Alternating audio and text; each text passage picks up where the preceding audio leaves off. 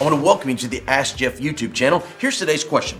In the Psalms, there are several that have the title, quote, a song of ascent. Are those the ones that were sung as the Jews walked up to the temple? Well, this is one of those situations where we have what we call a twofold account. We see this in the prophets all the time, where there would be a message for the current historical scenario, and then it would have what you and I would know as either a first coming messianic or a second coming messianic prophecy that would be fulfilled literally. Why is this critical?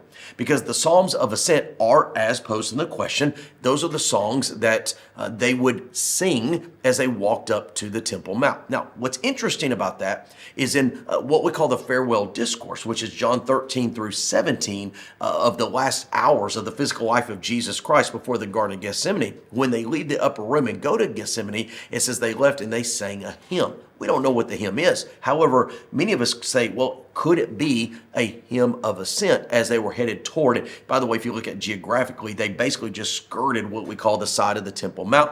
It's possible we don't know exactly what, quote, hymn they sang, or would have been called a psalm. I don't know. But nonetheless, here's the important thing about the songs of ascent.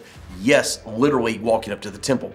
But for you and I today as born-again believers in Jesus Christ, these Psalms have a very eschatological second coming. Jesus is coming back. We're ascending to the presence of God kind of feel. And so as you read them, as you study them, you might want to see them in light of the day where the Lord calls us home and we go to be with Him forever. Great question. If you have one, send to askjeff.net. Maybe your question be tomorrow's.